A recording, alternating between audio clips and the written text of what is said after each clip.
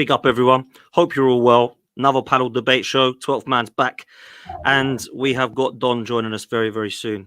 Do not go anywhere. He needs some explaining to do, that's for sure. Deji back in the house. Been too long, brother. How are you? Yeah, I'm good, man. You know what I mean? I know, like you were saying off stage, it's a weird time of the year. For me, it's just, I can't wait for the season to start. Good to see some of the lads back doing pre-season training, but it's just good to get those dusty Euros behind us. So, yeah, good to see you, mate. Nah, man, come on. I'm with you with it. The Euros was a shambles of a tournament. I can't even lie to you. I thought the lack of quality was poor, man. Anyway, Dan, back in the house, man. Rapping Chelsea. What you saying, bruv?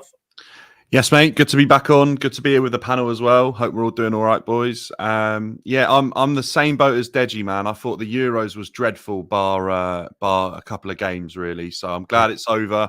I'm just desperate for Chelsea's pre-season to get underway and see what this new manager's about, to be honest. Don't blame him, mate. Making my opinion on him. You need to start giving an opinion, unless you're Don, who's already got an opinion of him, because he's done his research, people. He's done his research. I need to find out what this means. This quote, I need to understand what this means. Don's going to come on and explain all. Trust me, he's going to have to. Staffy back in the house, man. Always a pleasure, man. How are you, bruv? No, good, bro. Thanks for having me. Listening to all you guys saying you didn't enjoy the Euros for a second. I was like, why did they not enjoy it? And then I remembered the ending. So I was like, okay, it don't make sense. I wouldn't enjoy it either. I can tell you that I enjoyed it, though. But I have different. I bet you did, bro. I bet you did. But listen, the Euros is done, man. It's washed. Copa America is done. It's washed. Let's start with your club, Staffy. Moving like a proper football club again, or is it too early to say that, bro? No. Of course, we're moving like a proper club. Let's just be honest. The signs was there. Beginning with the cleanup of the whole board and all the higher ups, I should say. You know. It was like an instant impact as soon as Ineos came in, all these sackings left and right. You know, we had sackings from up in the board all the way down to the physios and the cooks and stuff like that. So I was seeing like everything is just moving different. Like Sir Jim just came in and he was like, he's trying to do everything different. Like the whole, I don't know if you guys even remember that, the whole bringing back the whole staff that is working from home, no more working from home. You have to report to the work of site or just move on to another. Like you could just tell everything was changing, and it was only gonna take time until you see it reflect on the squad itself, because the squad was always gonna be the last domino, and obviously you can only see that when the summer hits, because that's when the transfer window opens. And I know we're gonna talk about the incomings, but I want to highlight the outgoings. The fact that we already made a couple sales, a couple decent sales as well, and you're hearing all these links. More recently today, McTominay is being linked to Deji's club. It's going to be very interesting to talk about that one. I'm just saying, fake news. I'm just saying it's an interesting piece of news that maybe we should entertain. Who have you sold? Who have we sold? So far we sold Greenwood. Well, Varane doesn't count as a sale. Unfortunately, he left for free, but we sold Greenwood yesterday. We finally offloaded Donny van de Beek, even though the fee wasn't really good. But at least we got him off the wages because he's been an absolute waste. Sold Willy Kambuala for a decent amount. We haven't actually sold a youngster coming up the ranks with 1 year left on his contract to get 11.5 million plus add-ons eventually. These are just sales that we don't usually. I know it's nothing crazy. Don't get me wrong. Wan-Bissaka might go as well, Staffy. Wan-Bissaka linked to go to West Ham for 20 million. Forget the whole Scott McTominay with Spurs thing because I actually don't believe it. I just said that to trying to ruffle up Deji a little bit. But the fact that Fulham were in yesterday with a more serious bid, because 20 million is a little bit more serious than me hearing 40 million to Spurs. Let's just be honest. But all these links, I'm just glad to hear about it. You know, we'll see what happens also with Pulisic when he comes back because he's had a decent Copa America. So I'm just happy that we're actually offloading some deadwood, you know, something that we haven't been doing. Lindelof now also, now that we finally signed Yoro, now is he going to get to go and leave because he's been linked to Galatasaray for a minute now, and we were just waiting to make some signings before we can sell. So we're moving decent. We're moving decent. I like what I'm seeing so far. Yeah, I can understand why. I think it's refreshing at Man United as a fan for yourself to look at it and think that things are a little bit different. But Deji, let me throw the ball into your court because I remember you saying, and I quote, there are three dustiest clubs, West Ham, Chelsea, and Manchester United. Yeah. Manchester United going to be as dusty in this new structure, brother? Yeah, I mean, that's why I was so glad that you allowed Staffy to go first, because I think, with what I've got to say, it's going to be nothing but on the defence for the rest of this evening. Let's just take our mind back. Manchester United is probably the dustiest team I've ever seen in my life. Last season was the dustiest season they've had on record in the Prem. So anything, even recruiting my mum to be on the bench, would be seen as a positive. Let's just be real, because it was that crap. So Is Staffy she better here, than Van Nistelrooy? Because if she Dan is, then maybe we'll on sign. here shaking his bum violently for his club. I What didn't have shake they my done? bum. Danny Van de Beek. I forgot about this brother. You know what I'm saying? Like, I didn't even know he was still about. I thought he'd left at least 2 or 3 years ago. But the fact that he is about is shocking. Then you brought in Van Nistelrooy, who for me is an unknown what he's going to do, because he's not the head coach, he's an assistant. And so you've had to roll back a little bit like Ronaldo. You've had to go back with the nostalgia to try and, G up the fans. I'm not convinced by Man United. Eric Ten Hag has been dusty. He was dusty when he arrived. He's still dusty. And for me, the measure would have been, had they got rid of Ten Hag and brought in a different manager and then did all of these things, then I'd be looking at Staffy saying, you know what, you might have a point. But the fact that the problem person, Ten Hag, is still in place means that we can legitimately not take United seriously. I can't take Man United seriously. Wait, but don't you feel that's okay? So I hear your point, but you're being a little bit unfair, and I'll tell you what.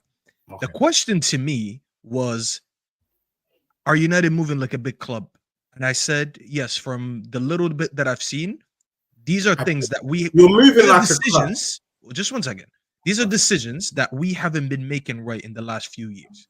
So we are factually moving bit better. Oh my God, now Don is here. So it's going to be 2v1. Yoro. So I'm not even sitting here Oh. justifying that these changes will make us have a better season next season, because that's a completely different question. Okay. If that was the question, I would have given a different answer, because I do agree with you. The biggest stain on all this is that Ten Hag is still here, which is why I'm not going to next season with confidence. However, you could look at some of the signings, you could look at some of the appointments, as I said, in the club or in the coaching squad. Just having 2 head coaches transition into assistant managers, that automatically improves, because you had 2 dusty, and that's your favorite word, 2 dusty assistant managers that did nothing. We had Benny McCarthy, who was supposed to be a strikers coach, and we were scoring 50 goals every season. So getting Ruud van Nistelrooy as an assistant, who, number one, was a very, very good striker when he played football, and he has head coaching experience from PSV, that is an improvement. So I'm just calling out the improvements. By no means, by the way, do I think we're going to have a great season just because Ten Hag is there. I will agree with you on that. But I feel like you're just being a little bit disingenuous. No, I big up to you. I think the bit when, the question, underlined was moving like a big club, and I just couldn't. I was going to take issue with that. It's almost something as silly as what Don would say. But as long as if we accept that you're moving like a club, any normal club, 5 minutes, the sort of season that they've had last year, you had to make some changes. And for me, right, you're right. Make those changes, because those changes were needed. But what is Manchester United? Will Man United be in around the top 4? I don't think so. I actually don't think so. I agree with you. Yeah, this is why I to think say they're not moving like a big club is outrageous, because only big clubs can sign 18-year-olds for over 50 million euros. Only big clubs. Because to spend that amount of money on a player that isn't guaranteed to improve your starting 11, realistically, is only something big clubs are capable of doing. Is that big, or is that, a little bit stupid? Look, Dej, it might be a little bit stupid, but I think the idea is that they have to secure him first before they go and sign other talent, so that he thinks he's going to guarantee himself game time. Then they can bring in the likes of De Ligt. But to sign a player for that much money at that age, only big clubs are doing that, because a small club isn't going to waste their money on that. The reason I'll come in on what Dan said, right, and I kind of tend to agree with him, is this kid was wanted by Real Madrid and was highlighted last season as being one of the hot prospects, right? Manchester United have come in and gone, then if you want him this badly, let's see how big you are. Manchester United are a big club. Real Madrid are bigger, don't get me wrong. And I'm sure that if Real Madrid still were to come in, and I'm not going to, until he's wearing a shirt and it's done deal and he's yellow barred and he's there holding the shirt up, I'm not going to say it, because Real Madrid, they do mad things. When they come knocking, it's a different knock, as they say, right? But it looks like this one's going to go through. What is quite refreshing, if I'm a Manchester United fan, there's a lot to do, by the way. By no means do I think Man United are back and all this rubbish. Yeah, we've got to see it work first. But for me, in the transfer window, which is all we can go on by now, I still have my doubts on the pitch with Ten Hag. I don't see enough from him. I don't see a style of play in 2 seasons. So you can buy him all you want, and it still might not work, right? But at the same time, Manchester United over the last couple of years, and Arsenal were guilty of this as well. We're doing it at the moment, funny enough, Arsenal. We'll come on to them in a bit. They'll be linked with a player, right? And then they'll be linked with a player for 2 weeks. And then another 2 weeks will go by, and another 2 weeks will go by, and 4 weeks go by, and they go, yay, we finally got the player. Now let's move to the next one. And before you know it, the window's shut and they're 3 or 4 players short. That's what Arsenal have done, to be fair, for a long, long time now, right? I don't see that this time in Manchester United. They're going, right, we need a couple of centre-halves. Let's go and see what Mark Guehi said. Let's go and see what Jared Branthwaite said. Let's go and look at Leny Yoro. Let's go and look at De Ligt. They're actually got a plan A, plan B, plan C. So they are going to get a couple of centre-backs, at least, Manchester United. That would be refreshing for me. The Joshua Zirkzee deal, they clearly like him. They clearly have said that for a while now he's the one they wanted. They got it across the line. So it is refreshing and it is different at Manchester United. Now, Manchester United have spent a lot of money. Yeah, but look at what they've spent it on. Now, for me, we now need to see if this is going to work in a different approach. We need to give it time. If I'm a Man United fan, I'm looking at it thinking, right, still not a Ten Hag fan, but from what I've seen in the early days, it looks quite refreshing. But I don't know what your thoughts are, Dom, before we move topic on this. What are you saying, bro? And welcome to the show, by the way, bro. Yeah, big up, man. Big up, obviously, big up Dan. Well, both Dans. Big up, Deji every time. And big up, man, like Staffy, man. But yeah, listen, Man United are just obviously doing the basics that you'd expect your club to be doing in the transfer window. Right now, it's obviously a big talking point because we know how they've been run by the Glazers. You know, the over the past however many years it's been. How many years was it, Staffy, that you had all them bankers and that in charge? They've technically been here since, I believe, 2003, 4. Yeah, exactly. And these you're guys talking about obviously post Fergie when David Gill left. Then you're talking about 10 years. Yeah, these guys have been incompetent for a while, you know. But now you've actually got players. You've actually got people in charge that know what they're doing. You know what I'm saying? In terms of the talent ID, you've obviously gone in. You've made a big statement by going in for Euro. I'm seeing a lot of people hating on it, like, oh yeah, you guys were second choice, bro. The amount of players that go to clubs that aren't their first choice, it happens every single window. You know, Man United did a good thing by putting the name in their hat because you never know what could happen. Because look, now Real Madrid are like, yo, we ain't gonna pay more than 30 million, so it's whatever. You go over there then. You know what I'm saying? So it was good what they did there. The fact that they're working on multiple deals, this is something that I haven't really seen from United, to be fair. I see it at Chelsea all the time, you know, which is calm for it's where me and Dan are used to these sort of things. But for Man United, it's weird seeing them working on multiple deals at once, you know, and getting some of these deals wrapped up quite quickly, you know, not dilly-dallying over £5 and whatnot, you know what I'm saying? So they're making the steps to have a good season, you know what I'm saying? But the biggest question mark for me is Ten Hag, because I just asked Terry this question. Is he going to go back to possession-style football, or is he going to carry on with this chaotic ping-pong football, you know? And I don't really know what style your owners want or what style the recruitment team wants, Staffy. I don't really know. That's where it's going to be on Ten Hag. Do you know what I'm saying? But you're definitely making the steps in the right direction to like try to rectify a lot of the mistakes that have happened the past few windows that you've had. Yeah, and that's what I wanted to praise. Like, listen, you guys pretty much all here know me to a certain extent. Maybe not Dan, because I haven't worked with Dan before. But you especially, Don, you've worked with me the most. And you know I always get called that negative person in my fan base, you know? Yeah. So I don't dish out praise like that. So when I praise someone, it kind of feels different because, like, I don't just give it to anyone. And I do think that we've been moving very well. The fact that I've been defending this signing, not that I feel like I need to, but it's just like, I just felt like it was too unjust. Because, like, I'll just be very honest. If United missed out on Leny Yoro, everyone would laugh at us and say, see, why did you think you can go head-to-head with Madrid and come out with the signing? Because you know who always bows down to Madrid? Liverpool fans. The difference is, Liverpool, they couldn't do what we did. Liverpool, bro, Tchouaméni, we've seen it. Bellingham, we've seen it. They're a club that always... And with you guys, I'm just referencing the Madrid ones. Even with you guys, they don't have that when they go head to head with someone, even if it's not just necessarily head to head, just someone being linked with a player that they want, they tend to lose more than they win. Okay. They're going to flex Gakpo on us. We never really made an offer for him. That was different. Darwin Núñez is technically the only one that we rejected. I praise God every day that he rejected us because I never wanted this donkey anyways. Other than that, the fact that we put the pressure on Madrid and Madrid had to sit there and say, should we make another move or should we just back out? Madrid don't usually do that, okay? Madrid, by the way, also, I put out a tweet today and it really, like, it just irked me that people, like, want to make fun of us for actually flexing money. Like, that's such a broke boy mentality, by the way. Madrid always got praised for years for flexing their own money on their own rivals, Barcelona. More recently, last season, because I did a little bit of research. When I got rattled, bro, I do research. I come back with evidence. Arda Güler was joining Barca until Madrid came in and flexed an extra 10 mil to, I think it was Fenerbahce that he came from. And they put on a sell-on clause for about 20%. And Fenerbahce was like, yo, you're going to Madrid. You're not going to Barcelona. Because they came in with the money. And that just happened last year. You know what Madrid fans do whenever they do that? They go and they dunk on Barca fans and they remind them that we're the biggest club in Spain. We have the name, we have the pull, and we have the money power. And you can't do anything. When we come in and we take a player, we'll take him no matter what. They get praised for that. But because we come in and we add an extra 20 million on what Madrid offered, we're looked at like, oh, you guys forced him. I'm sorry, did we put a gun to his head and force him to fly to Manchester? Because I'm pretty sure at some level, you still had to accept, you know what, fuck it. I'm probably not going to go to Madrid, my first choice, but I'll still go to United.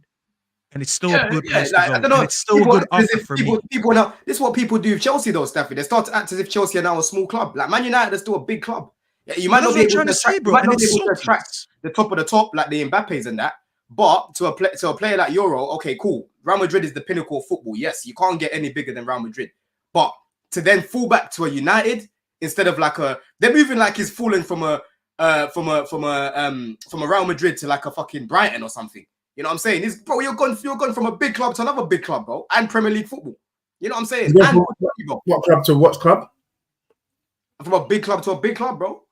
Okay. And where was he before?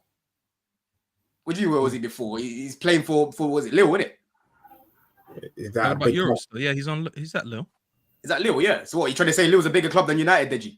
No, I'm not saying he should have gone from a big. It might be a bigger club than you. I don't know Lille's that big, mate. I'm just saying let's just keep our area. Look, for me, I hear what Staffy is saying. I hear what Don is saying. Look, for me, the reason why I'm chiming in, I just want my Man United back. I just need my Man United team to be back. What does that look like? The fact that Staffy is out here saying that Man United ain't gonna, he don't see his club getting top four is the point I'm trying to make. Like, it's dry, you know. It's going to be dry like this for a while. So look, I commend you. It's great. You guys are building from the ground up. I would just like to have seen you guys being competitive again a lot sooner than what you're kind of giving us. Because I think, Staffy, what were you saying? Timeline? You guys getting back in the top four? What, 3 or 4 years from now? So let me make this straight. I think we should be in the top four. I think on quality. Hold on. I think on quality we should be in the top. That's a wind up, you know. I swear. I'm not winding anything. No, it's fine, bro. Let him ask. It's okay. I have an answer for everything. Trust me. I wouldn't be here if I don't have answers. I think on quality we should be in the top four. Even though I didn't rate the team that high last season, it was still good enough to be in top four.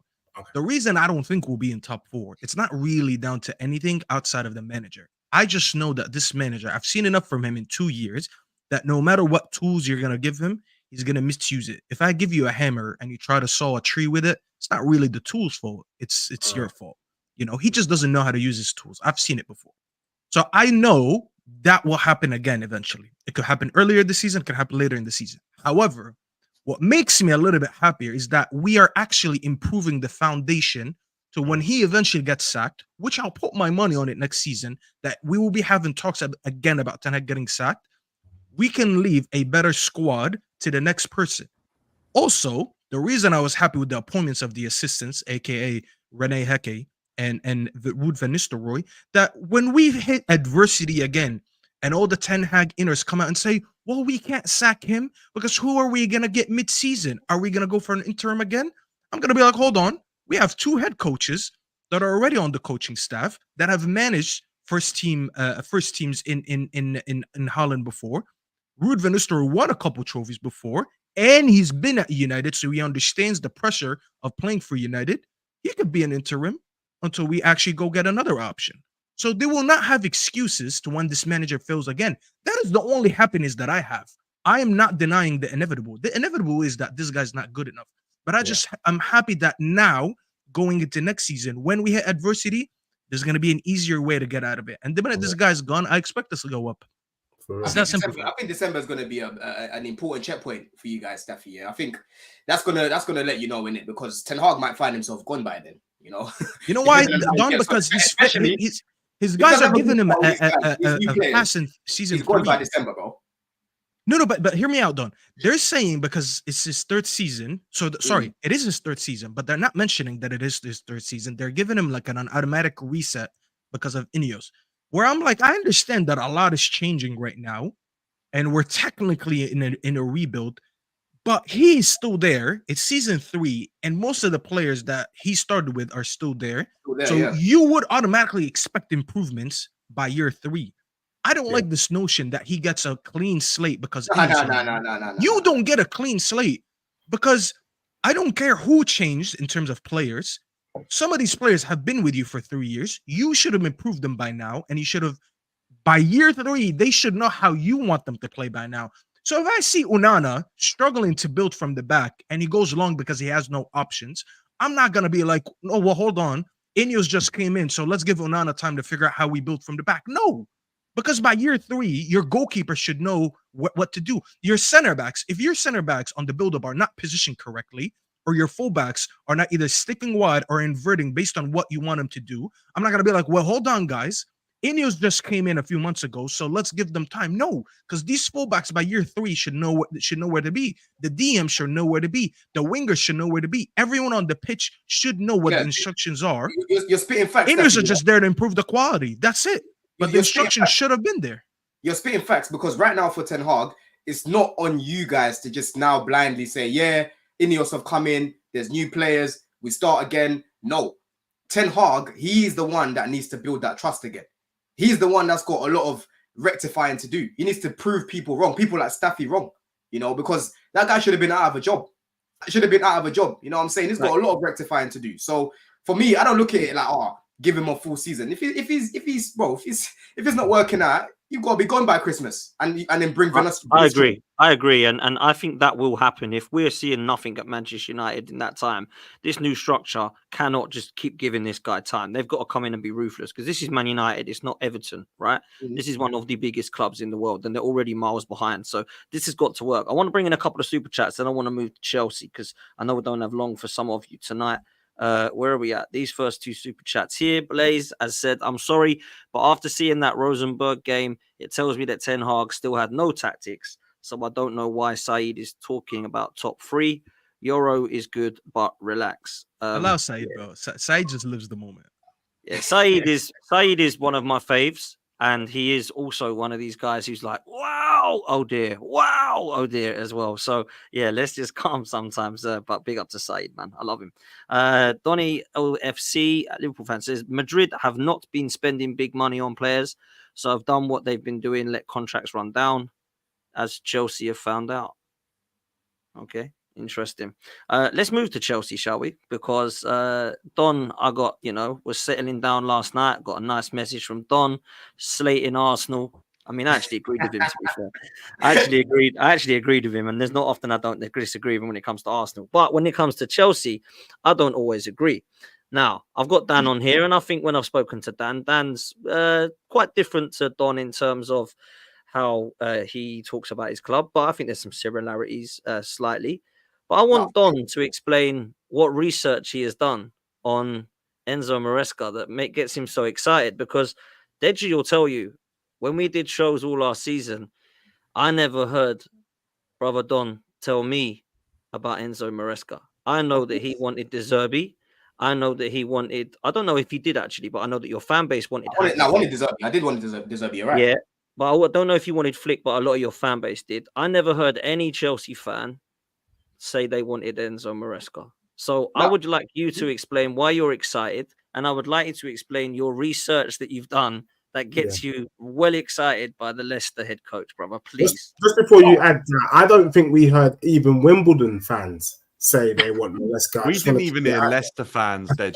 Even the Leicester fans. I don't know any Wimbledon fans. So I can't. This is what I'm saying. This is the mentality I'm talking about. But listen, for me, like I said, last season. Wait, don't. What mentality, mate? Come on, bro. The mentality of because I don't know someone, they must be shit. But there weren't. Look, what Dan is saying though, straight off the bat, is that he's just saying no one wanted him. No, he weren't a hot property. Even Leicester fans were moaning at him. What clubs needed a new manager, bro, in the league? Well, Chelsea were in dire need of one, mate. Arsenal didn't need a new manager. Spurs didn't need a new manager. United, potentially. But no one would have been talking about Maresca even if they did, Don. Bro, okay, that's fine. Arsenal would be entertaining the idea of Maresca. Come on.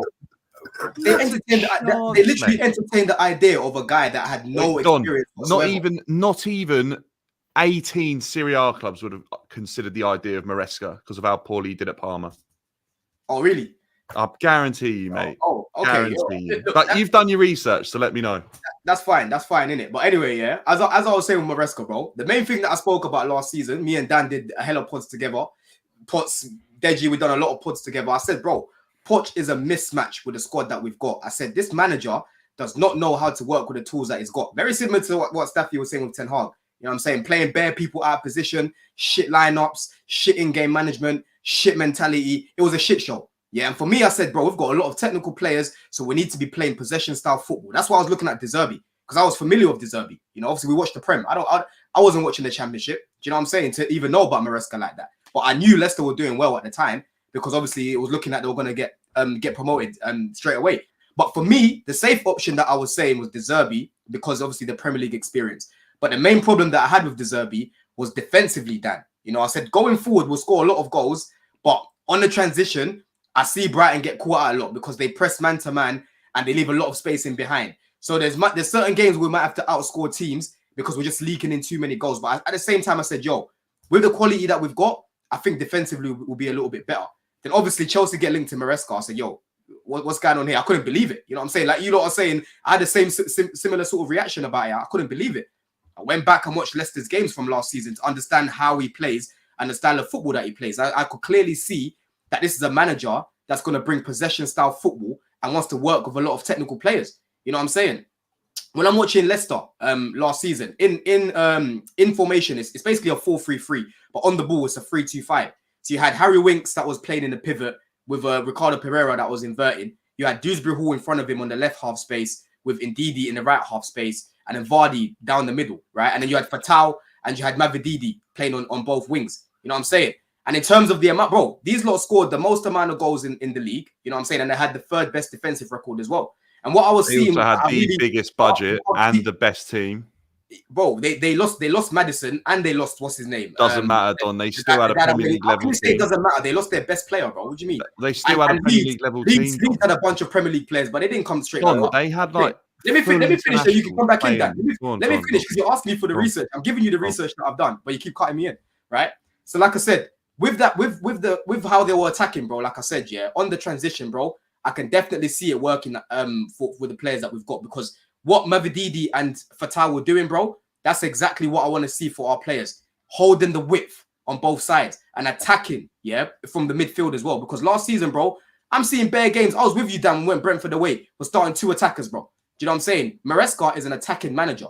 And off the ball, what I really like about them is they're really compact, right? Really compact. On the transition, I'm seeing these players trying to win the ball back within 5 seconds, bro. And if they can't win the ball back, they just go back into a shape and they compress the pitch. Do you know what I'm saying? So off the ball, it looks really good. And on the ball, it looks really attacking as well. Dewsbury Hall, he's someone that I spoke about. I said, yo, this guy is a baller to look out for. This was before Chelsea even came in for him. I said, this is a player to look out for because what I'm seeing from these videos that I'm watching, the games that I'm watching back in that year, he was a big part, bro. 26 GA. People will say, oh, it's the Championship and that. I said, okay, cool. Bring me a list of other midfielders that got that amount of GA in the Championship if it's so easy. Bring me Archie Gray. You know what I'm saying? Bring me all of these guys that got 26 GA if it's so easy to do. Do you know what I mean? So for me, I like the style of football that he was playing at Leicester. You know, I like the mentality, the fact that he's come from, a background where he's learned from the likes of Pellegrini. Obviously, he worked closely with Pep. He worked at Man City already with the likes of Lavia and Palmer. You know, when he was a player, he was in the changing room with Zidane and Conte. Do you know what I'm saying? When you talk about some of these players, the likes of Snodgrass, when West Ham beat us in 2017, 2018, he was the one that coached the team, Dan, when we lost 1-0 to West Ham. Do you know what I'm saying? The way Harry Winks and that speak about him, Harry Winks has been managed by Poch, managed by Conte, and he said, this is the best manager that I've had in terms of the clarity, bro. He makes everything very clear. And what's come out already, the few days that he's been here, Dan, is that he is the most clear coach that these players have had. Clearer than Poch, clearer than Potter, clearer than Lampard, clearer than Bruno, and they're all enjoying the training sessions right now. Listen to the names you're listing off, by the way. I mean, but bro, you're saying list the names. I'm telling you that we've clearly got an upgrade on this guy. So how can that not be a positive? Do you know what I'm saying? How can that not be a positive that we've got a coach that's clearer than the coaches that we've had? Look, I just want to use some. Just to round off, Potts. Yeah, round off, and then we'll let the boys come in. Yeah, for me, I think a lot of people are looking at it and thinking, yeah, it's underwhelming because of the name and they didn't really know about him, which is fair enough. That's understandable. But what I'm saying is, a lot of people are trying to talk about him as if he's a shit coach. But when you actually look into it, he's actually a good coach. Do you know what I'm saying? He's actually a good coach. Okay. Let Deji come in, then Dan, you can come in as well, because I know you may see things differently. Deji, what are you saying, brother? Yeah, I'm going to respond to Don in a language that he understands. So, Don, if you go on my channel, there's also video clips of me playing back in the day, you know, really in terms of me doing things, because you keep talking about video clips and, you know, video clips. I watched the games back, bro. I watched the games back. You didn't watch the games back, bro. He bought a season review. You watched the 8-minute review of Maresca. I think I saw the same one that you watched. Little 8-minute on coaches. Video too, to be fair. But also at the same time, for me, the yardstick for a big club like Chelsea, where you've had the Contes, the Mourinhos of this world, you need to be bringing in a Nagelsmann, you know, someone of substance, someone who's been there and done it. You're bringing in Maresca, who the Leicester fans were happy to see leave. And Don, every time we speak is another, you just keep dropping down the ladder. Because today, you're telling us about Harry Winks. Yeah? Harry Winks falling out for them, bro. We're talking about him as if he's legitimate. Bro, Harry Winks is dusty. He's dusty in the Cameroon, bro. No, Deji. How many games of Harry Winks did you watch of him last season? Bro, bro, I've been watching Harry Winks. Serious question. How many I've games been watching Harry Winks all my life. Hold on, let me say something. I've seen Deji how many games of Winks he watches. Crazy. I've watched this brother all my life. Yes, you watched my Spurs. He came up through our youth academy. He's dusty. Bro, you know Sampdoria didn't play him, yeah? Sampdoria. You know they didn't play him. Maresca played him, and he helped him get promoted. Bro, Maresca played Harry Winks, and he helped him get promoted. He was one of his key players. Right. So that's it. Enough said. So what is the point? He was one of his key players, and he literally said, "This is the best coach that I've had." And you look at let me tell you why it's the best coach that he's had. Because he got minutes. I played him. Because he got minutes. Because he was playing in his career. And he was one of the key reasons.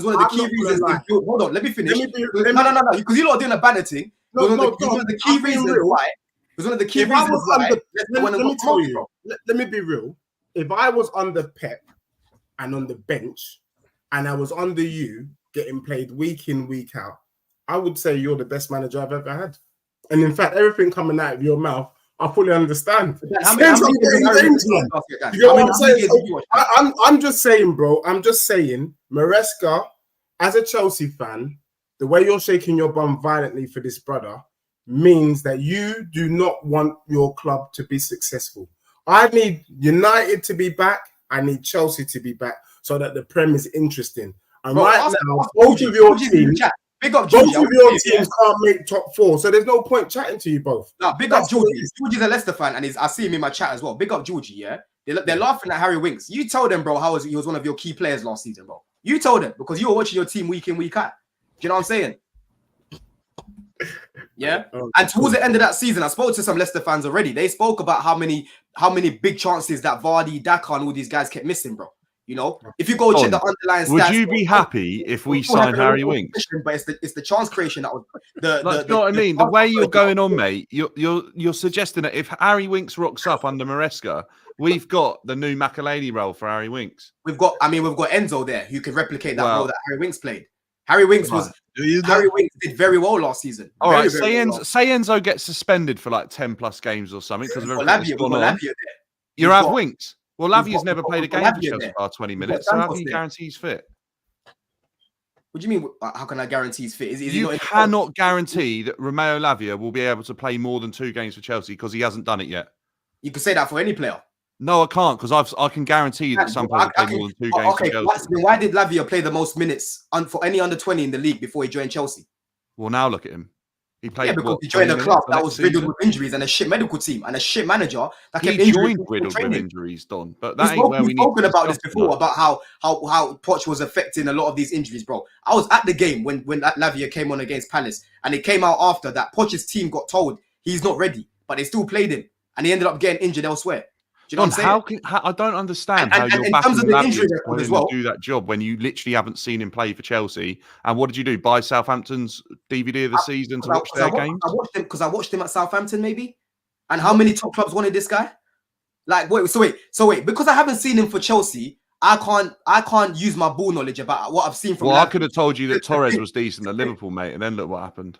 But hold on, Dan. So I don't get this logic then. So I can't talk about what Lavia can bring to the team because he's never really played for us. Is that what I just don't think you have any evidence to base it off at Chelsea. I do have evidence, clear evidence of training clips in like the this week for Southampton, and I believe that he can replicate that similar sort of level at Chelsea and only get better. That's why Liverpool wanted him. There's absolutely no guarantees. That's why Chelsea wanted him. That's why Chelsea wanted this guy.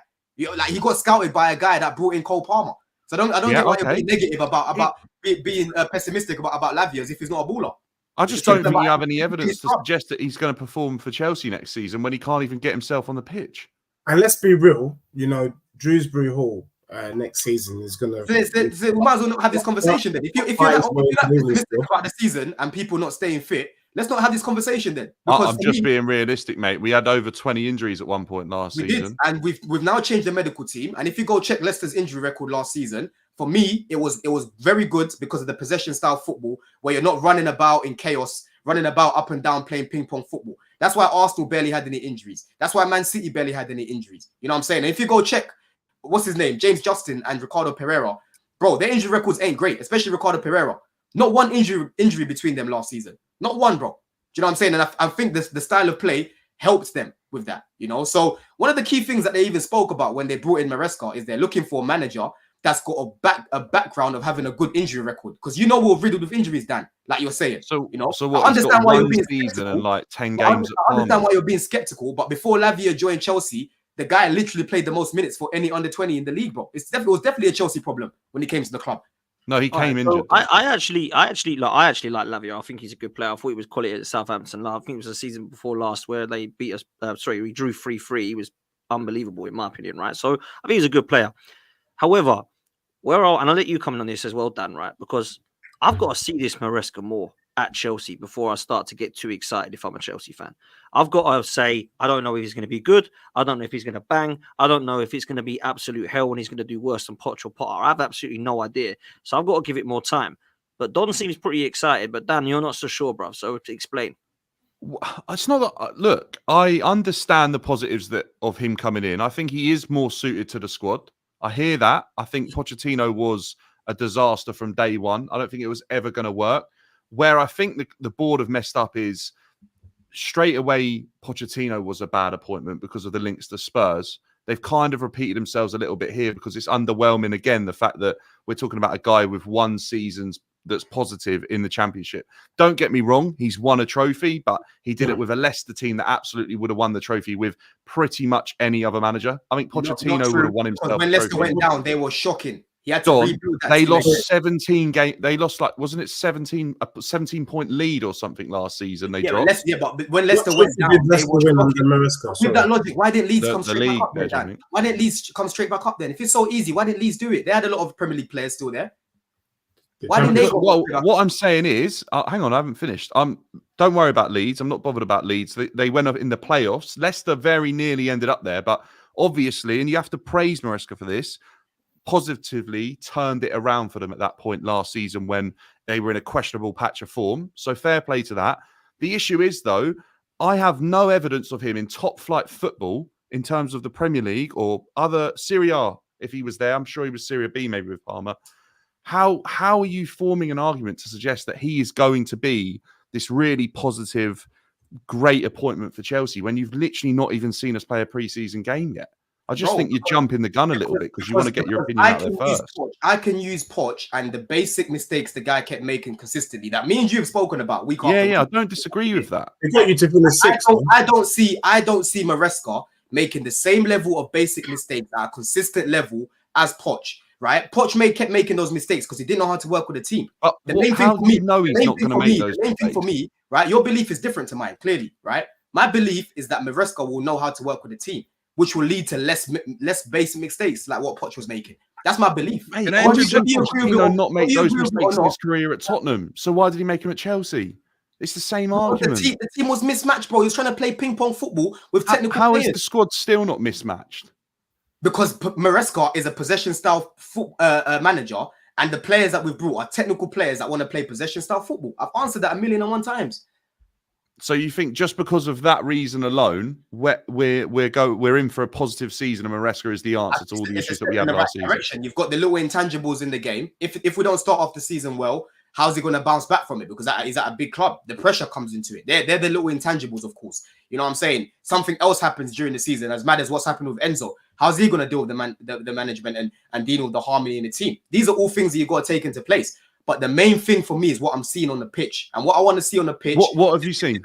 Is a good note. What I want to see on the pitch is a good style of football. And I believe he can bring that to Chelsea. But you don't even know if he's going to play a good style of football yet. You can predict that he might, but you still don't know. Any Leicester fan I've spoken to said it was boring last season. Yeah, it was possession style football. You know what I'm saying? It doesn't mean it's a good style of football. Possession style football. A lot of people think that what Pep does is boring as well. A lot of people think what Arteta does is boring as well. It is one Pep. How many trophies? Robotic football is boring, but it doesn't mean that you don't. Yeah, I hear you on that stuff. You by the way. And in terms of how they were attacking, it was very exciting. When I'm seeing Mavididi, Fatal, they're just gone signed him permanently as well. Yeah, it was exciting when they're attacking against Plymouth Argyle defenders. Yeah, Don. I want to interject slightly here and you're just moving the goalposts. You can only play who's in front of you. You know what I'm saying? And like I said, if it's so easy, Leeds will come straight back up. Don't do that. Wait, Don. So let me say something because I hear your point, by the way, and I quite understand everything you're saying. Mm-hmm. But I also hear what Dan is saying, and his point is that and this, by the way, this has been proof for years that you don't necessarily go into a new team, a new league, a new country, whatever it is, and you transition, even though you could have been good before you went there. So like what Dennis is trying to say is like, okay, you're telling me he plays possession-based style football. You have possession-based players. He will instruct them better than Poch did. For that reason, they should play better. Now, here's the thing. There's a lot of tangibles around instructing a team how to play football. So he could be a good coach. But will he be able to transition that from a Leicester team to this Chelsea team? Will he be able to translate that from lesser players to bigger players on bigger wages, bigger egos, maybe not necessarily the same type of players that they had in Leicester? Also, his point is that the opposition is different. That doesn't mean, by the way, that I discredit anything Maresca did in his old team. Because I'll tell you what, there's been strikers as an example, and I just think this is like an easy analogy to use, that banged in certain teams, scored like 20 goals, and they moved to a big team, but they weren't able to translate these goals in a bigger squad. Now, obviously, it's not a parallel comparison because I'm comparing a player to a manager, but that also shows that players could actually play very good in a lesser side, go to a bigger side, and they kind of struggle. And that doesn't discredit what they did before to that team. It just means something happened along the way where they're not able to translate that. I don't know if Maresca could come in and translate that football to these players until I see it. That's not me saying that he won't be able to, but I don't know because I don't know how he'll be able to communicate his instructions. That's where I'm at. We've seen it with Ten Hag recently. Ten Hag with lesser players in Ajax played much better football, came to a different league, and he was not able to communicate it. One of his issues about it was literally communication as in Mhm. talking to his team. I So that's what I'm agree. saying. We don't But know that, Daffy, which is why I Let, understand let why I Con, agree. Deji's you I, Staffy. let I, Deji, I get let what Deji, Dan's let saying. by the Deji way. Con. Just Deji's before got you to come in, go, so Deji's well, got to go in a minute. So hold on, quickly, hold on. Deji. Yeah, no, What were you saying, bro? I fully agree with Staffy. Thank you so much. Because look, I'm not gonna lie to you. see, I I'm don't a, shake my bum. I don't shake my bum. yeah, we can't shake our bum violently for this brother because I don't know if I would listen to Maresca. I'm not sure if I would, as the way that I played my game. So I can see Don is being really optimistic, but winning the championship, I said this about Ange pre-season, by the way. bringing in Drewsbury Hall, all of this stuff. There's nothing to be excited about. For me, nothing has changed. At least with Man United, we're seeing some elements of an improvement. You know, Staffy gave a persuasive argument. I've not seen an improvement from Chelsea. I'm seeing a backward step. Pochettino might not have been the right person at first, but he was getting it going towards the end of the season. And I still think it's a madness that you got rid of him while he seemed like he started to get the lads cooking. What you And got? then now You've you've got this brother in who would not. Look, one thing I know about the Prem. How many managers that we don't know their name are able to go into a big club and change them around? Not many. I've not seen it happen often. Most players respect big managers. Maresca is not a big manager. So for me, I don't know if I respect Maresca, and I'm being real. So I'm just saying, I don't think Chelsea have done enough. And I agree. Look, there's a guy in the chat, Georgie, who's basically saying you're better off investing in a pillar because that's what Chelsea fans have signed up. Conte 5.0 is going to be some of the dustiest thing we've ever seen in our lives. So for me, I hope, Don, for your sake, that Chelsea, that Maresca pulls a rabbit out the hat. But for me, I just feel like all the omens tell us that it's going to be another dusty season for Chelsea. When Staffy, like for example, like Staffy, what you said, I understand, and even what Dan's saying, I understand, right? But even just the other day, right? It was 2 days in, they've interviewed Tosin, and Tosin said, "Listen, we've only been doing this for a day or two, and straight away we can clearly see that this guy knows what he's doing in terms of the details." Tosin didn't even see Pochettino right? at work, Don. This is coming directly from a player that's being managed by this guy, and it's not the first player that's been managed by this guy that said similar things. So are they all lying then, Dan? Are they lying then? Can I just say something? Yeah, mate. They have to do it for PR. What do you mean they have to do it for PR? This is what I'm saying. There's no point of having these conversations if it's going to be a moving the goalpost thing. Like, oh yeah, it's a PR thing. It's a this thing. It's a that thing. Well, you think I wasn't hearing these things about Poch. I wasn't hearing about these things from Poch. I've heard these things from West Ham players that were managed by him. They're never going to come out and say anything but good. Hold on, Dan. I've heard these things from West Ham players that were managed by him. I've heard these things from Leicester players that were managed by him. I'm now hearing it from Chelsea players that are managed by him. So you can't try to tell me it's a PR thing because I've heard it from multiple players that actually are being coached by this manager. Yeah, and when I was watching Leicester last season, I could clearly see this was a team that was well drilled, bro, and it comes from training. Do you know what I'm saying? I will say this, right? Deji had to shoot, by the way. I will say this. What Don's saying in relation to Tosin and Harry Winks and all these guys saying that he's a quality, I've got no doubt that they rate him. I've got no doubt that he's got man management skills. I've got no doubt that there is a style of play. I would like to see it first before I get too gassed as a Chelsea fan, right? However, I've got to come back to it, and I don't know what you guys think of this. Maybe I'll start with Staffy and we'll go around because obviously me and Staffy are more neutral on this. I don't think the ownership is good enough. I think they've let Chelsea fans down. I think it has been a shambles, and I think they've got a lot of work to do. Now, that doesn't mean that this window is going to be a shambles and that Chelsea are in the mud because there's a long way for it to go, right?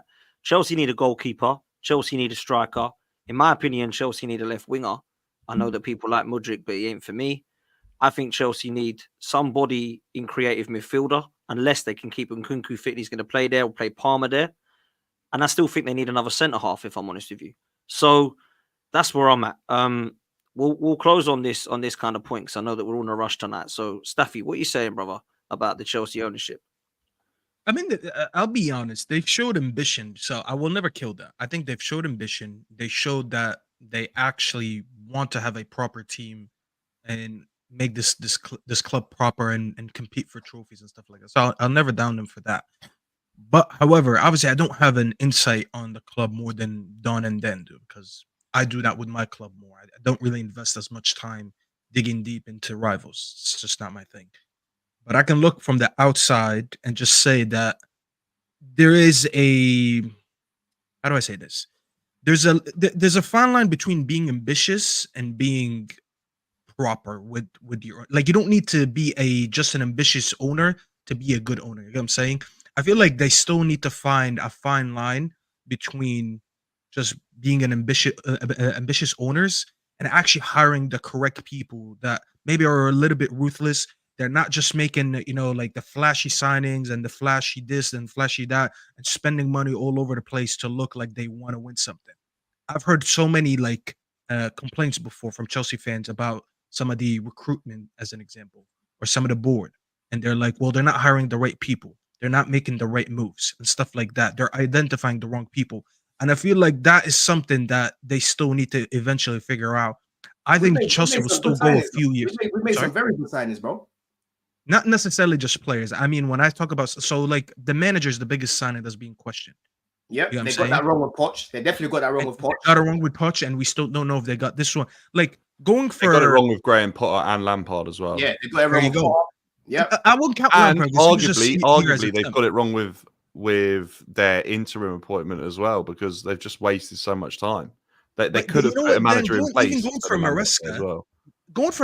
I'm not going to lie. If you're into tactics and stuff like that, and you just actually like pay too much attention to football rather than just watching it on the weekend, you would be excited for a signing like that, because you do what Don did and you go do the research and you'll see how he played football in the championship and you see the style of football that he brings and that he was working with Pep, and you'll get excited. You'll be like, yo, we're gonna be playing Pep football next season.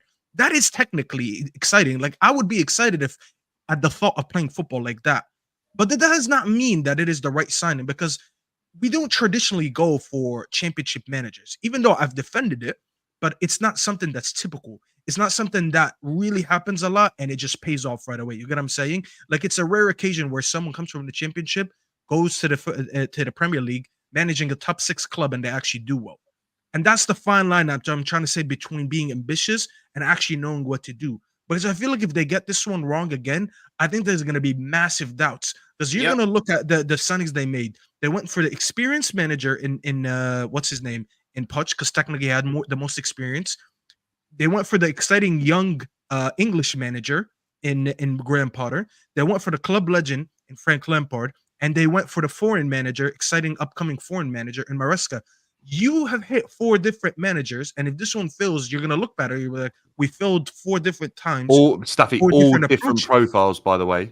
All Exactly, that's what I'm saying. completely All And this is different where, profiles. and this is what I'm saying, Staffy. You're right. They've made a lot of mistakes, but in life, what happens? You learn from your mistakes, right?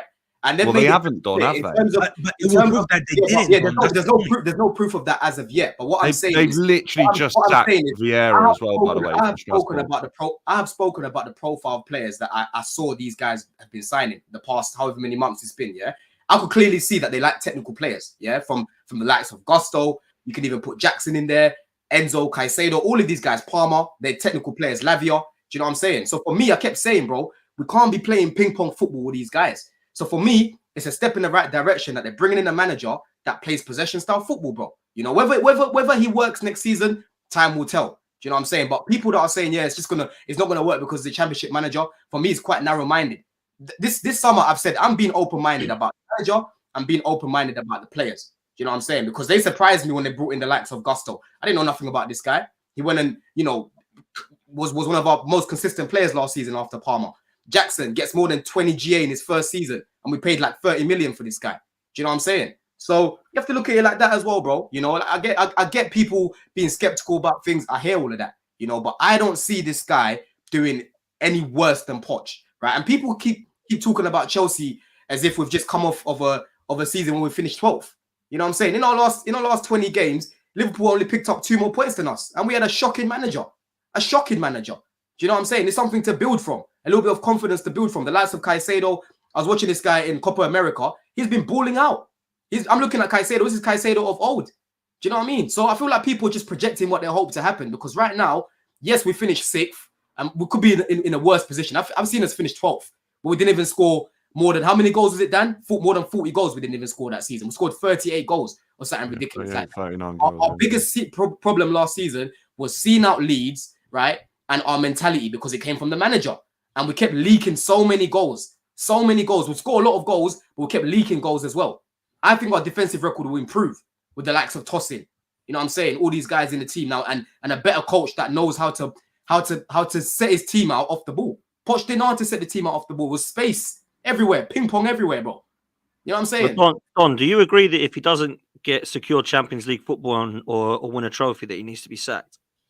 No. They can't sack him, Dan. They can't sack him. They can't sack him, bro. They they can't, do mate. that. Do you know why? With him, whatever. Then you're stuck with. They have. Do you know what, Dan? They have to back him. The biggest mistake they've made is giving him a 5-year deal. That is the biggest mistake they've made. This is where I'm struggling to get my head around it, because look at all the evidence to suggest why it's a questionable appointment. Yeah, why it's underwhelming. Even Don, you must be able to see that a 5-year deal is absolutely ludicrous. I mean, look, it was Maresca. Maresca asked for it to show them how much they believe in him. Yeah, I'll ask for an extra $1 million if I was going into that job. Yeah, but Don't expect to get it, though.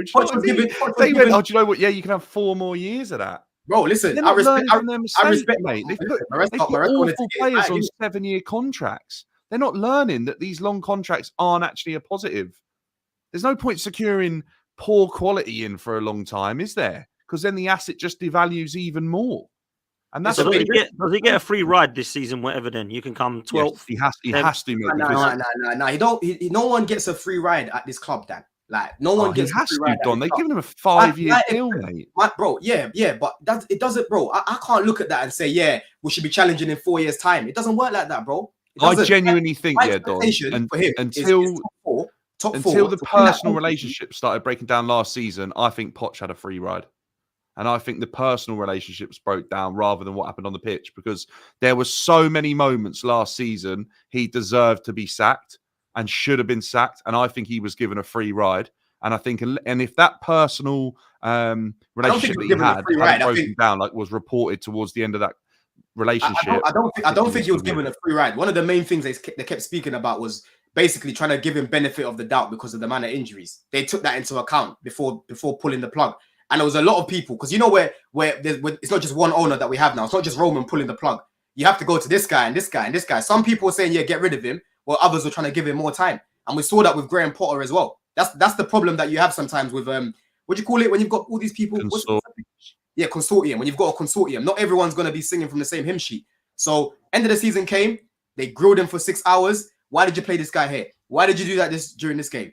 And at the end of it, they couldn't come to an agreement because Poch visualizes football completely different to our owners and our sporting directors, which is fine. He might go to Pochettino's played the game. Pochettino's been at the top level of world football, and these guys have never even seen the shape of a football before. So then why were you criticizing Poch's style of play last season then? Huh? Why were you criticizing Poch's style of play last season then? I'm not. I think Pochettino's style of play was completely wrong for the squad, and that is where I see a positive in Maresca. Pochettino has his own style of play, his own thought process, that he's had more success than Enzo Maresca's ever had. Pochettino's style of football works for a different team. Pochettino needs players that are in the mould of a Conor Gallagher rather than in the mould of a Moises Caicedo and Enzo Fernandez. Exactly, and we don't have that here, Dan. We don't have that. Yeah, I agree with that. So that's where I think the board have messed up, and I don't think they're learning from their mistakes, because what they interviewed Pochettino twice, once with Graham Potter and then a second time round for the last season. Why did they not notice that? Hang on a minute, this guy really doesn't fit the type of player that we're recruiting. What was Pochettino selling them? What ideas was he selling them? I think he sold them a dream, because he sold us a dream in pre-season, bro. He showed us one thing in pre-season. If you remember, first half of the season, we were controlling most of the games. Yeah, we were leaving the games with more possession than the other team. But our main problem was our chance creation and missing chances. That was the biggest problem. Then he changed it and went to chaotic football, where it was just run. Everyone crashed the box late, leave all that space in the midfield. Lack of control football is what he went to. It went back to what he was doing at Spurs, basically.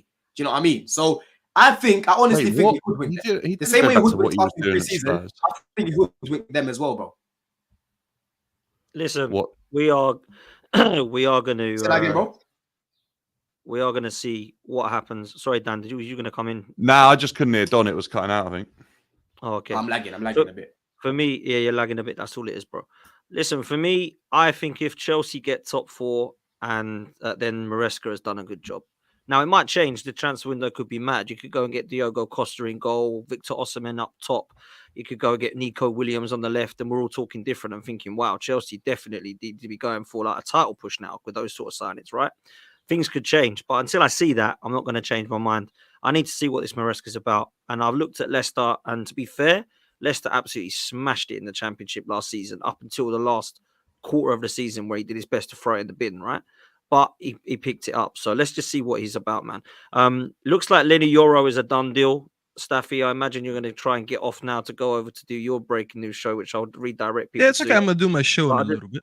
Cool, man. I just wanted to touch quickly, if I can, before we do close, because I know everyone's busy, on this Arsenal thing with Califiori, because it's frustrating the hell out of me, people. I can't lie to you. Wait, I do want to thought this was confirm done. that Leny Yoro does not have a gun to his head, so he's not forced to be here. He actually smiled, guys. Yes, Love he was that, man. I holding the think he had a jersey. He gun was on actually his head on smiling. the other side of the channel, though. I think Lille had a gun to his head for the money. Yeah, Listen, bro, all I'm I've heard he saying is weren't going to play. I've heard they he's in told him he fact wouldn't smiling. play. He's in fact smiling. So, well, listen, um, this is a good signing in my opinion. So we'll see how he does at Man United. It's going to happen now, people. So, but one thing that we don't know if it's going to happen on it is Califiori. I'll start with you, Staffy, on Arsenal. Like, where are you at with this? Because Edu and Arteta are stalling. Apparently, they're looking to include Kivior in a deal now, and this is what's delaying it. I'm hearing there's negotiations. They want Chelsea, 50 are we? million. Say again, bro. They're trying to do a Chelsea now, innit? It seems that way, bro. Everyone's trying to take a leaf out of our book now, you know, after mocking us. you know what? I love when you do that, bro. I feel like don't think Chelsea invented football. Everything they do now, they're like, oh, they're trying to do a Chelsea, as if some of these Staffy, like I these think antics didn't people are exist. so before Chelsea. shocked at Todd Bowley's approach and Egbali's approach to the game. I think they're so shocked at the loopholes they've been able to find and the business side of the game. And I think these clubs are actually taking it as a learning curve. I think they it's are as so well, you know. different. Huh?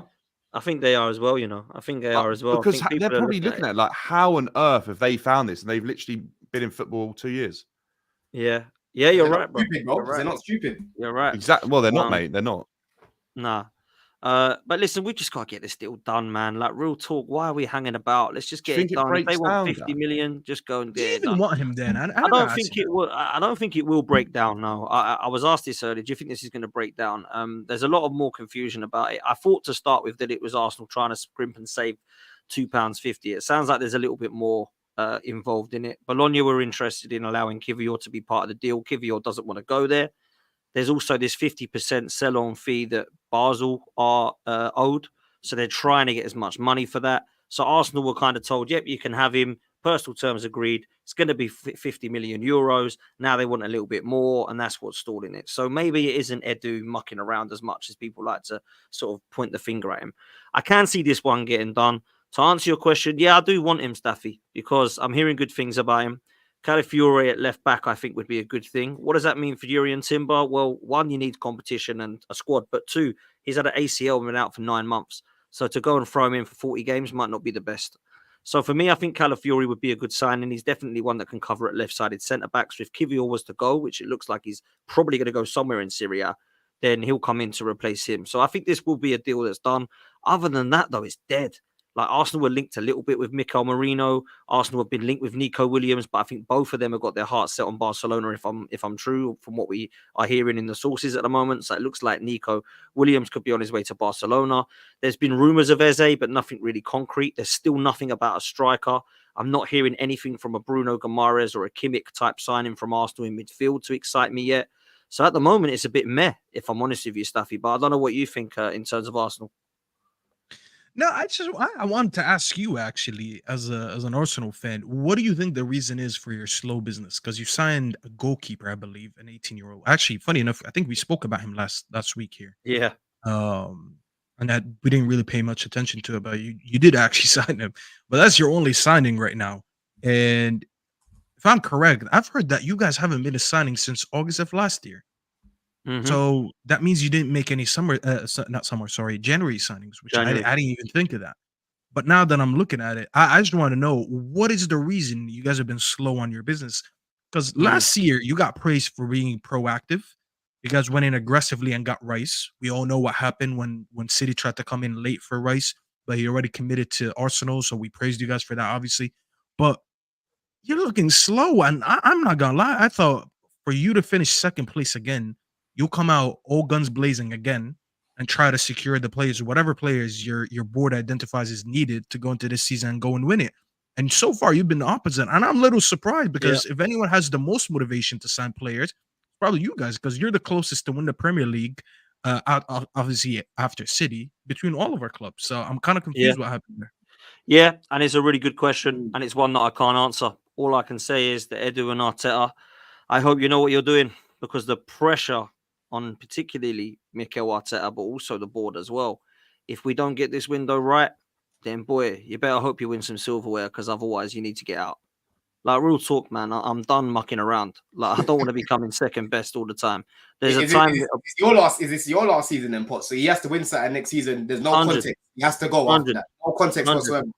100. I'm sick and tired of coming second best all the time, man. Like, we were doing that under Wenger, and there was marches down Hornsey Road to get him out. So why is it any different now? Like, why have we gone through a whole new process and phases and win the dogs and all this crap to get to second place where we were under Arsene Wenger? So I need to see better. Now, if he doesn't win something next season, you might be able to look at it and go, well, because I always get this. What happens if he gets to the final of all four competitions and he loses all four competitions, all that kind of stuff? All this context is thrown at you. Just win something, man. I don't care how you do it. Bring something over the line, because as much as I think Ten Hag is an absolute clown, in the last 2 years, he's done better than Mikel Arteta because he's lifted 2 trophies. So in the last history of the 10, 50, 100 years, they will look and they will go, what did Mikel Arteta do in that first 5 years? Oh, he got an FA Cup. What did this guy do? Oh, he was a clown, though. It says here he won more than Mikel Arteta. So that's all that matters in football, isn't it? That's what matters. At the end of the season. Realistically, I know obviously Arsenal fans feel that they need a striker, which for me, I agree with. Yeah, Sesko would have been a good signing because I wanted him at Chelsea as well, to be fair. Obviously, right now, realistically, it's not looking like you're gonna go and bring in a striker at the minute. What's the crucial position for you now? Obviously, you're looking at Califiori, right? What's the crucial position that you want now, realistically, to go on and actually go and win the league, bro, or to go inside? Yeah, listen, it's not one, Don. That's the problem. People say to me, where's our order of priority? Yeah, cool, I can give you my order of priority, but it still isn't enough. So if our priority gets signed, we still might not win the league because we still need a winger, we still need a striker. Do you think that's why your board is being so slow down? Because they're trying to be calculated here? Because I feel like there's no glaring obvious problem with Arsenal. You've got so close that they really want to get it right. I feel like that's what obviously money as well is probably an issue. I'm not saying Arsenal was skint, but these clubs now, they've got to be careful that they don't mess up spending a lot of money. The thing is, Dan, some of the players we're linked with, they're not even that expensive, bro. Like even Eze is £60 million release clause. That's not mad money. Yeah. Ivan Toney we can go and get for 40 million, people are saying. That's not mad money. You know, like say you've got Eze. For me, I'm not sure how much closer Eze gets you to winning the league. Or winning you a trophy in terms of the Champions League. Like, how many games is he going to be available for? That's why we need more than one area of priority, bro. That's why we need one area of priority. That's why I'm wondering if they're really trying to be calculated here. I don't trust Arsenal to mess this up. That I would say they'll probably get it right. I just think if it goes right down to the last day and for them to be sure, I think they'd rather take that approach. The thing is, from an Arsenal point of view, Potts, I don't know if you would agree with this. Yeah. Last season, you signed Rice before preseason, right? Yeah. Who else did you sign that summer? Havertz and Timber and Raya. That was all done before preseason, innit? So it was like, yeah, you could see last season Arsenal were moving different. Dan, like, obviously Man City came in with their bid, they blew them out of the water and came back with a British record bid at the time. You know what I'm saying? They went and signed Havertz before preseason. Preseason's what? When's your first game? Next week, Potts? Yeah. Well, we had one against Boreham Wood, but that was obviously for the young. So from Arsenal, we're here now. We're here now. Preseason's done. We got nobody apart from David Raya, and there's Tommy Setford who's coming in. And obviously, the thing is, I mean, I don't mind if Arsenal don't buy a striker and they say we're waiting for Isak next summer. Cool, that's fine by me. As long as we get the winger in, we get the midfield sorted out, because we did a 6 and an 8. Yeah, because next season we have Declan Rice, and that is it. Jorginho and Partey are done. They're out. They're out of contract next summer, right? So we've got one midfielder at the moment that is one future-proof midfielder. That is it. Now, people can talk about Erdegaard and all the others, but they're the attack-minded players. I'm talking about the box-to-box and the defensive-minded midfielders. That is an order of priority for me. That's an area, department that we have to do something in. There is no way we can sit still here. So Mikel Merino is fine, but who else is coming in? It's got to be a Bruno Guimaraes or a De Jong or a Joshua Kimmich for us to move the needle, right? Do you think? Do you think that right now, obviously, you're linked with Nelson is linked with a move to West Ham. Yeah, you've got obviously Smith-Rowe as well. Do you think that it's more they're waiting for outgoings first before I they hope have so? To be? They have to be. I think it has to be because for me, if you're going for Califiori at £40 million and you're trying to negotiate, that means we ain't exactly minted right now, right? I think we will have money. Don't get me wrong, but I think that Smith-Rowe, Nelson, Nketiah, Tavares, Lokonga, Tierney, Ramsdale, there's 8-9 players that could be leaving Arsenal. And when that comes in, you're going to collate about 100 to 150 million, which doesn't sound like a lot because we've sold quite a lot of players, but we ain't going to sell these for a lot of money, right? They're not playing football. So we're not going to get 50 million a piece here, right? So I think if we put that towards the budget, which we're saying is around 150, 200 million again, which the Cronkies seem to always want to give us, then we've got a lot of money there to spend. So I'm hoping that it's going to start going. I mean, Liverpool and City are moving not mad at all. City don't need to move mad, right? But Liverpool and Arsenal were the closest to City. I would have thought they would have been looking at signings by now. And they're looking at outgoings as opposed to incoming. So maybe that's what it is, man. I'm not losing my head right now, but there's a lot of fans that are starting to get worried because they ain't long to go and you want to mold these players in and start to kind of mud them into the actual the first team. That's what I'm saying. Just before I go here, because I've got to shoot in a sec. That's what impressed me about Arsenal last pre-season, man. I could see that you guys were locked in. I don't know, maybe do you feel like maybe there's a bit of complacency that's sort of coming to it? You know, I don't know. It just seems a bit, there's something that just seems a bit off about Arsenal this time around. I don't know. I'm not going to, again, jump to a full-blown conclusion because we've still got another, God knows how long until the window shuts. Yeah. It shuts in September, right? Shuts 1st of September. But I think we're going to be in a situation we might see lastminute.com from a few clubs. And I think Arsenal are going to be one of them again, man, I'm afraid. That's what I think Arsenal are waiting, Dan, to see how the others move. Because right now, they're in exactly the same position as they were to Manchester City. Like this, neither team's moved yet. If Manchester City move, then I think then Arsenal will go, right, we have to act. But if Liverpool make a move, I'm not sure Arsenal are going to be checking over their shoulder at the moment because of the new manager. Yeah, but the thing is though, bro, bro, you can't replicate the same season, bro. Every season's different. This is the thing. I would say that if Arsenal don't move correct, there's no guarantee that I think they're just improved correct at the end, though. But if Arsenal don't move correct, Dan, there's no guarantee that they're going to replicate last year. Like Arsenal, yes, right now are probably the favourites to like go on and challenge with Man City because we've seen what they just did, right? But again, preparation starts from pre-season. Remember how bad we was that pre-season when we finished 12th with Tuchel and that? It was a shit show, and I could tell from the beginning, like, yo, this is not going to be a good season for us. I could tell. You know, and I kind of get that feeling from Potts. That was off the back of a nightmare, mate. That weren't off the back of us nearly winning the Premier League season. I know that, bro. But what I'm saying is the change of ownership. I know. I'm not saying Arsenal going to fall off a cliff. I'm not saying that. I'm just saying the principle remains in terms of the drop off. You know what I'm saying? Potts. It kind of looks to me like Potts is kind of worried about potentially not having having a bit of a drop off if things aren't done correctly. Because right now it doesn't look like they're doing anything. Or even staying still, or even standing still. I hear what you're saying, Dan, in terms of staying still, because staying still can literally be a criminal offence in the Premier League because no one else will be staying still. And if you find yourself expecting your team to replicate like what Don's saying, I understand that it won't be exactly the same. I think you have to add healthy competition to the squad every season just to kind of freshen it up and bring in some new faces and just level up training a bit again and just show you're serious and not everyone's comfy and rosy and safe. I think Manchester United making moves like Yoro coming in now for big money, it might start to kickstart things because it will suddenly be that teams are looking around going, hang on, if Manchester United are spending money now, Leny Yoro going there instead of Real Madrid, no matter how you line that deal up, is big. He's chosen Manchester United over Real Madrid, for whatever reason. All of a sudden, someone else goes, hang on, maybe that phone call that they made to Leny Yoro is really promising. Because Xerxes gone there as well. So people are going to be looking, going, wait, are United hungry? Are United back?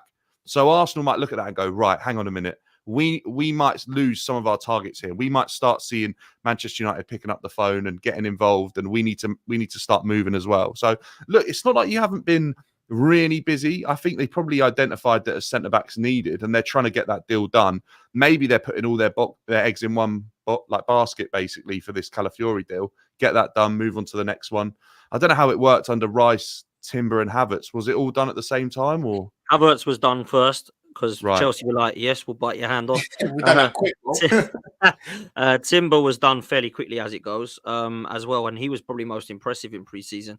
And Rice, it went to and fro with Man City for a bit, but then we got him. But it was a really good summer in terms of how quick and proactive we were. This summer, I won't say anyone's been proactive yet. If I'm honest, I don't really believe that Chelsea and United have gone like, wow, wow, wow, but they're definitely the most proactive probably in the window. Whether you think they're going to be great signings or not is a different thing. You've got to wait for that. But in terms of signings, I think Arsenal have been slow, really slow. And I think that some of the players we link with would be easy to get across the line. If you want Ivan Toney, he's easy. If you want Victor Osimhen, it's easy. Like, you know what they are, go and get him. Victor Gyökeres got a release clause, go get him. Mikel Moreno is not expensive. Neither is Eze, because he's got a release clause. Some of these release clauses, The only thing with normally release like, clause or bots okay. is that's straight on FFP. That's where you gotta like now if you wanna trigger that release clause, you have to wait for all those signings. Well, that could be another thing, Don. All FFP those could be another reason this PSR why people are slowing down, because they're like, I want to go get in, but bloody PSR is not letting me, like Newcastle had. Maybe I don't know enough about the Arsenal finances. I'm dyslexic with maths as it goes anyway, so I'm terrible. But when it comes to it, like, we need to be like real about this PSR thing. That could be an issue as well, man. But it definitely is making a difference, isn't it? It has to be. Yeah. Like, You're seeing it. I think the market's it's good though, because the market's kind of leveling itself out a bit. You know what I'm saying? I think the Euros PSR regulations, like financial fair play, all that, I think they've had a real big impact. I think the teams took it fairly lightly, and I think the Premier League acting last season and sort of putting the charges on Forest and Everton and whatever, I think all of a sudden they went, right, hang on a minute, like this is need risky. to calm down. Yeah, definitely. And listen, if the transfer window shuts and I'm saying no striker, okay, no backup for Saka, okay, no backup for Saliba. Right, he can't get injured either. Oh, wow, we've only got Rice as the only box-to-box. Then I'll be panicking, and I'll be like, what have we actually improved upon here? But we have to, like you were saying, Don, and like Manchester United are saying, Staffy's saying, we have to actually look at the window's shut. Wow, Man United look like they've got a really good window. Arsenal, not so much, but they're pretty much there. Liverpool, nah, they ain't done enough, whatever. We just got to look at it like that, I think, and we've still got some time, man. But listen, we're going to close. There is some breaking news. And I'm not going to spoil Staffy's thunder, but you need to stay tuned for it. You're heading straight over to Staffy TV to talk all about it. So please make sure you stay tuned, people. We're going to head straight over there. Make sure you go follow BDB Dan on all socials. Make sure you go follow Greasy Don on his YouTube, Don CFC there. Link will be in the description to that one. And of course, Staffy TV. Link will be in the description for that one as well. Stay tuned. Head over to Staffy. Take it easy. And we'll see you next time. Peace.